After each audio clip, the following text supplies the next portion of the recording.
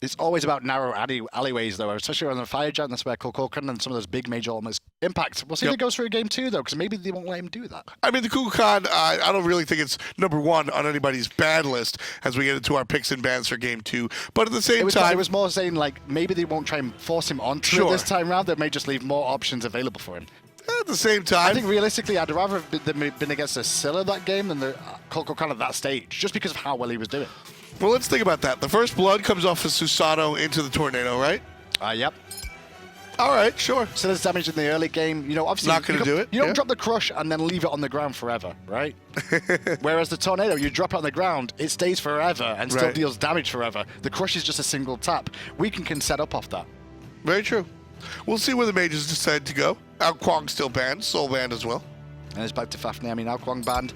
Nemesis banned over. Erlang Shen is available here as well to really get picked up if people want to go that route against Susano one more time. I'd actually see that we can just go for the Susano one more here. Yeah, I think it worked out perfectly. We've seen Susano be a first pick before. I don't think it's too crazy, and it will be certainly the Susano for weekend. He just, like you said, is that the first time we saw the Susano using a pull for a setup? But I know what you meant by that. It feels...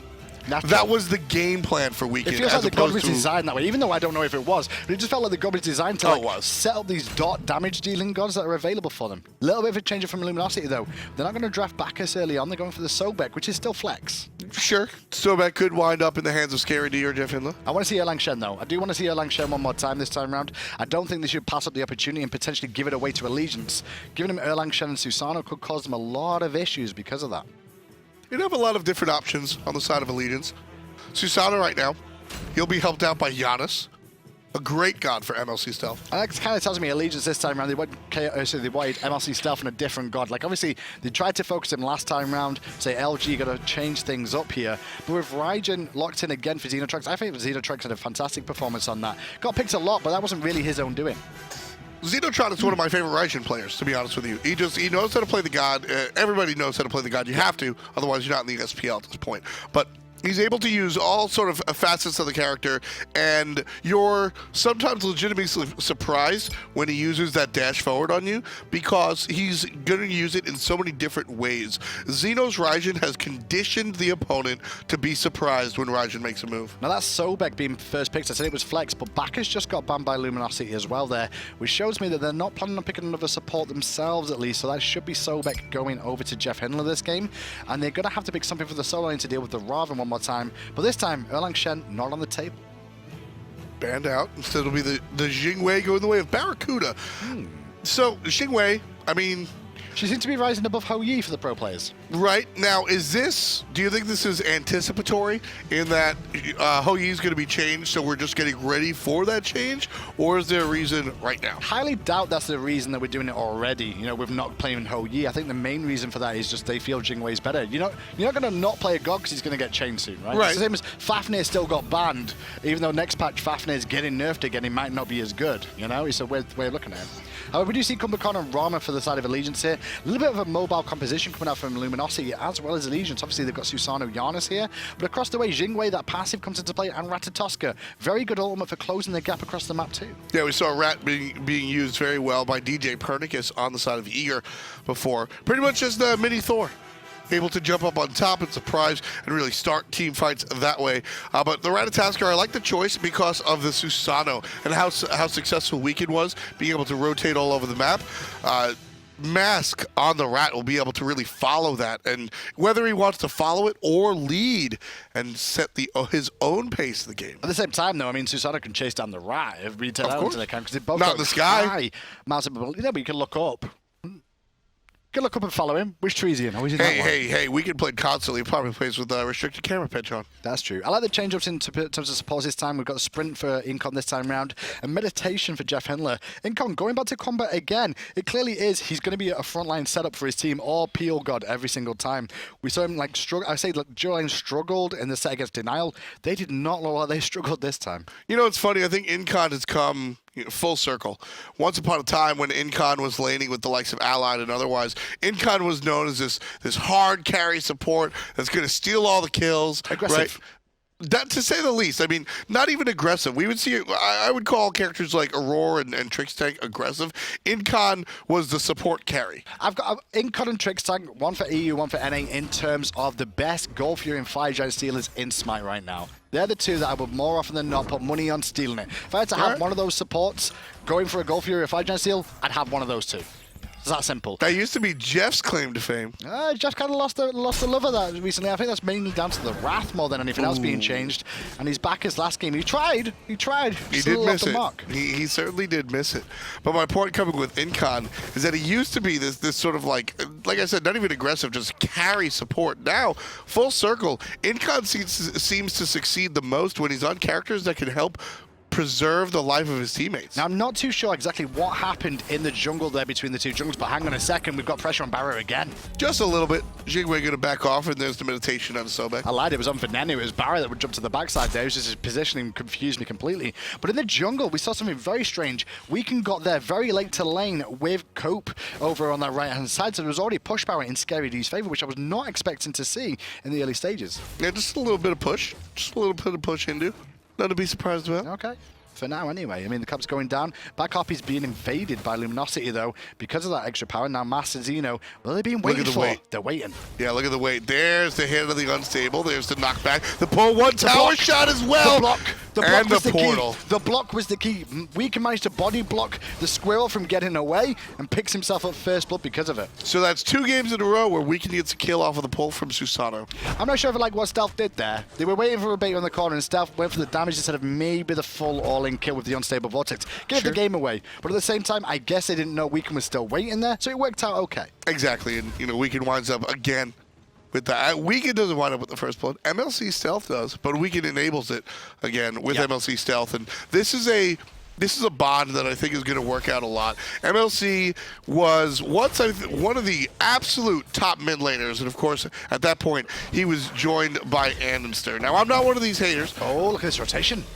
This is a big one. Is he going to hit? It is going to hit as well. JeffHindla's in a lot of trouble. Still only level 4. Sprint pop by Incon too. Weekend's there. Clean up crew is here. Stealth, 2 kills early on. Very good play for MLC Stealth and a good rotation. Whoever makes the call there, just absolutely on point. That play is more about the call than anything else. Execution, flawless. Really good start from Allegiance again. They're feeling themselves after the game 1 here. They've got the mobility of Janus, and Janus really putting into great effect there. Wasn't even overextended from Luminosity there. They were just even in lane. Just an easy call coming out from the guys on Allegiance. And like I said, MLC Stealth, I'm not one of these guys that say his success was only due to Andenster, but a mage or a mid lane player and a jungler will both bring each other up. No matter what the meta is, jungle and mage are connected. And we see MLC Stealth try a couple of different teams, and it wasn't so successful. I think this MLC and Weekend combination, as unlikely as it may seem, has a lot of potential. Well, because of that gank on the left-hand side now, LG in a bit of trouble, but over on the right-hand side, Cope in a hell of a lot more trouble because there is a rat landing from the sky at the same time. Just right on top, Mask able to put Luminosity on the board, and that helps keep his team up. Those two solo is very interesting because they've traded out evenly overall. Scary's got a solo kill on Cope. Cope's got one on Scary there because I will factor in that Mass wasn't really needed. Look at this play from Weekend. He's not going to get the buff, but he watches the enemy invade on him, walks around the wall. But Stealth's going to die for this one now because he tried to support his teammate. If he can get through the portal, he will get out. Rotation from the solo lane and the support Incon to make sure that LG can't continue this. That was very lucky because that whole thing was Weekend trying to defend his own buff, and he nearly lost his life, or at least his mids. He played it cute, hiding around this rock, trying to get the surprise pull, but everybody else from Luminosity showed up, and that's how you do an invade successfully. 2 players try to get a buff, maybe not, but having 2 players invade the buff while just in direct comms saying, hey, we might be in trouble, and if we are, can you guys come in hot? But look at the start of this game, though. Even though Allegiance did pick up first blood and second blood in this game, the gold lead is actually in Luminosity's favor so far. And the experience, too. They're farming the map better. They're rotating around more as a core. Even if you fall down, gold, you don't get much gold these days for a kill. It's all about making sure you get the farm. That quote-unquote lead, and I stopped myself from using air quotes because they're silly. That's all from the fire elementals. Luminosity able to pick up a group of those, and right here, Venenu is in some trouble. Going to land right on top of BaRRaCCuDDa. Walks towards his minion. Smart play, but BaRRa uses the splash damage. The rotation. Janus is coming. Incon's on his way. Sprint available too. Stealth cutting him off around the back. No mana available.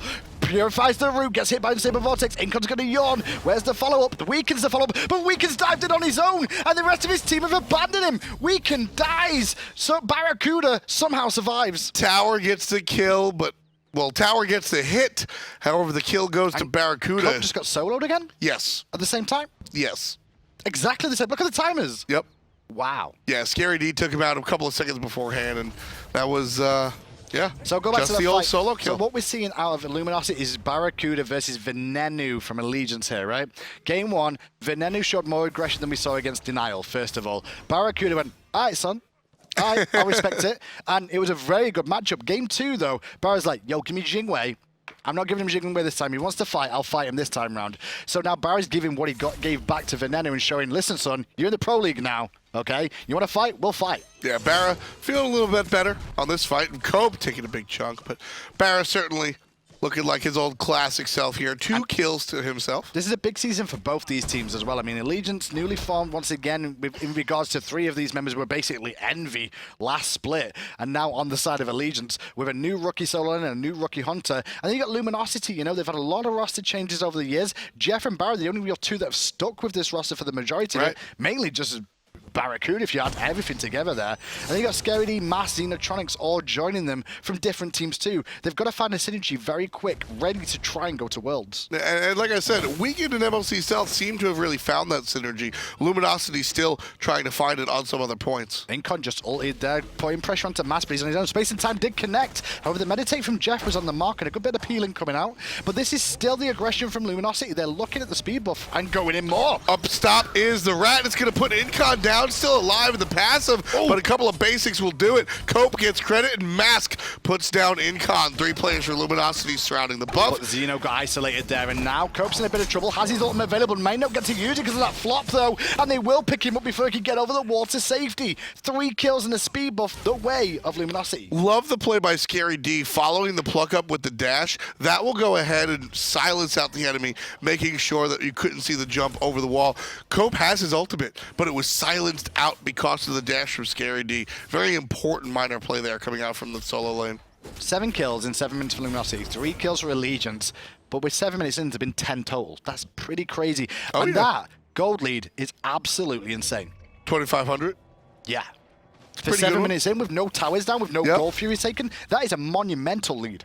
Especially with no gold furies taken. Yeah, you just, there's just 7 kills. It's a kill a minute. Copebby is 4 levels down to ScaryD. 3 levels down is Weaken at the moment as well. Just those 2 alone. That's the big difference. Yeah, the solo lane is having a lot of trouble. 3.5 levels down against ScaryD on the Amaterasu. I may have miscalled what happened in solo at the start because I was a bit confused about exactly what happened there. But something happened at the beginning of this game with the jungles and whether there was invasions or something, because I didn't see it because we were on the left-hand side of the map. But whatever happened there has really forced this issue in LG's favor. Well, basically, Cope is responding to team fights and rotating, and ScaryD's just been playing the Amaterasu game, which is basically sit in lane till level 8, complain a bunch, and then rotate and complain and start dealing damage. And Cope has been rotating a little bit more and hasn't been getting anything out of it. You can see only 3 kills for his team in total. So, and Weaken being behind as well in the mid lane, level 8 Susano. Different game this time around for the Susano.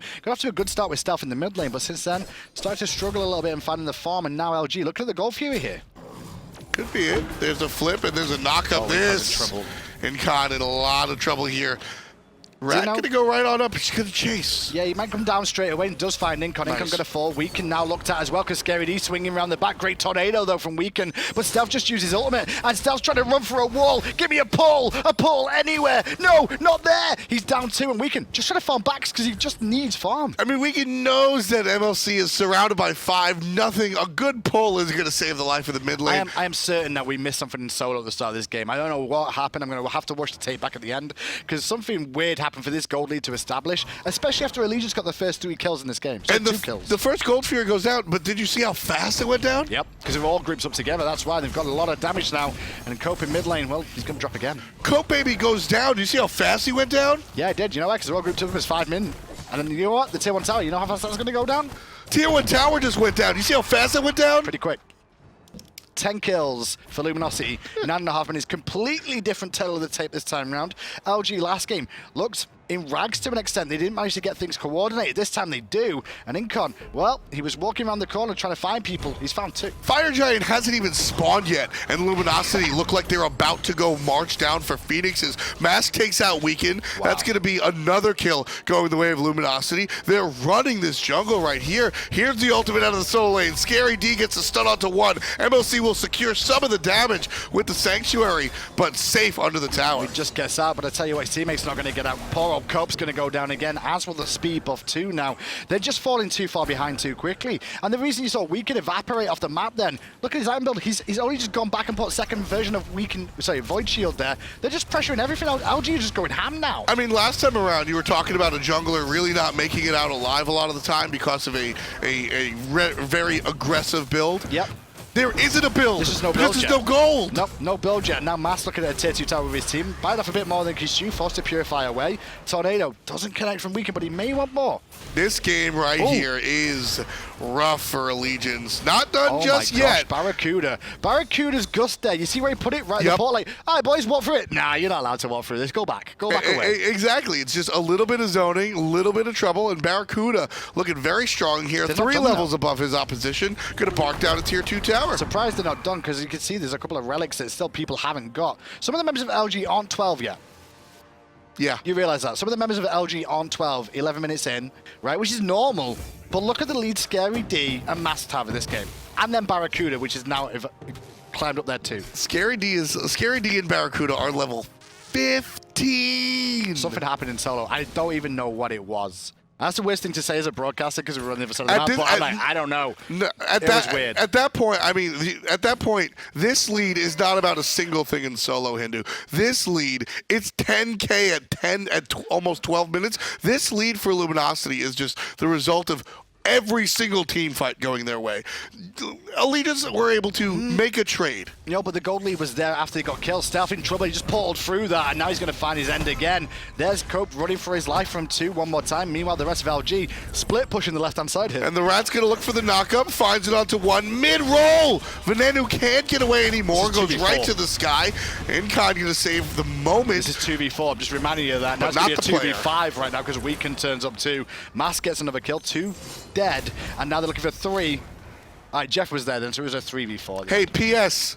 Luminosity taking down the tier 2 on the left-hand side. Only tower remaining is the right side. Fastest game that I've not seen a surrender in so far, that's what I'm going to say. Because if they keep going at this pace, this is going to be over very quick. Hindu, legitimately, in the spring split, the fastest Phoenix, you and I were talking about it, 14 minutes. This is about to be a 13-minute Phoenix. 12:44 was the exact time on that one. Luminosity. I hear. I don't know what's happened. The Legions have just kind of fallen off the boil all of a sudden here. And Luminosity really, to their credit more than anything else, they just put the pressure on and kept it there. Look at the gold lead. Just look at the gold lead. Something turned on. Something just turned on for Luminosity. This is a team that I personally, I thought they were going to be a middle-of-the-pack team this split, and this is just a single game. Just like one bad game on Kumbhakarna doesn't make a terrible choice, one great game for LG does not change anything for me as we see the surrender come at 13 minutes and 18 seconds. But this is a dominating statement coming out from LG that whether or not this team plays this way for the entire split is almost irrelevant. The statement's been made. LG is going to play and make you surrender at 13. I think that's one of those games you definitely have to watch back a couple of times because there'll be a lot of things for LG to look back at and realize what they did. LG, though, to they're very, very well done for them. Fantastic performance from them overall. Very well. And the good news for LG here as well, they do get their first point, so they're not on the bot. They're not out in the wind at the moment. It's the only SPL team not to have a point to their name. But I think they may look back at that game and realize they made a couple of mistakes. Absolutely. I have been Luminosity's not harshest critic, but I think most realistic analyst out there. I've just been sitting there saying, hey, it's been a while since Luminosity actually won something. I'm done looking at the history of the team.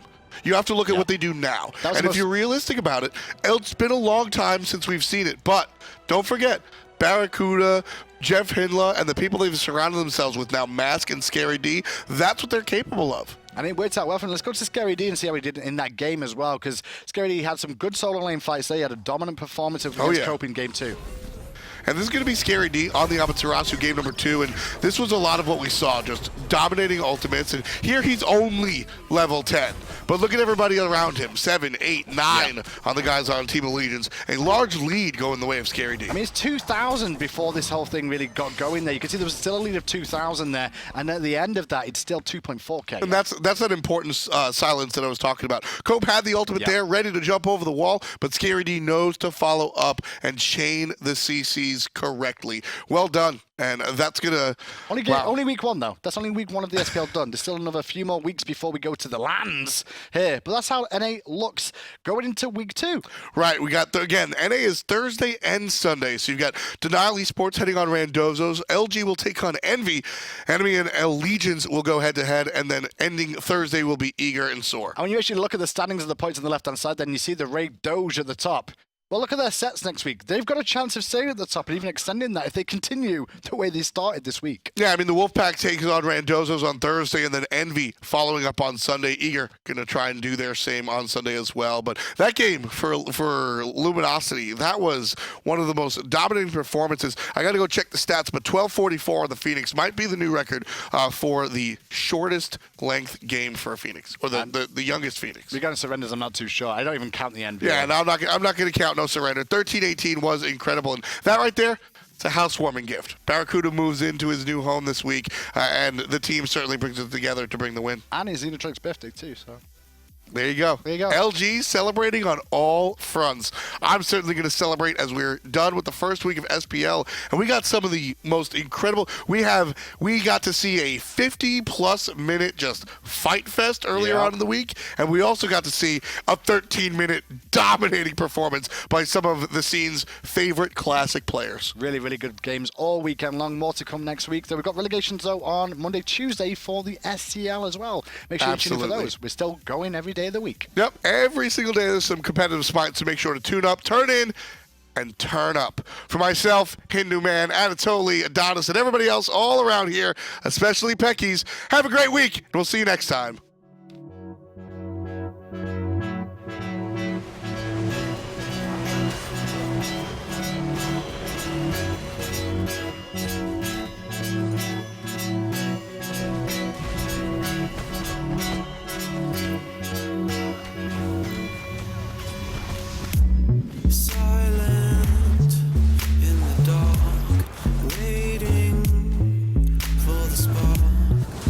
Soaked in the blood, their hands join in the mud.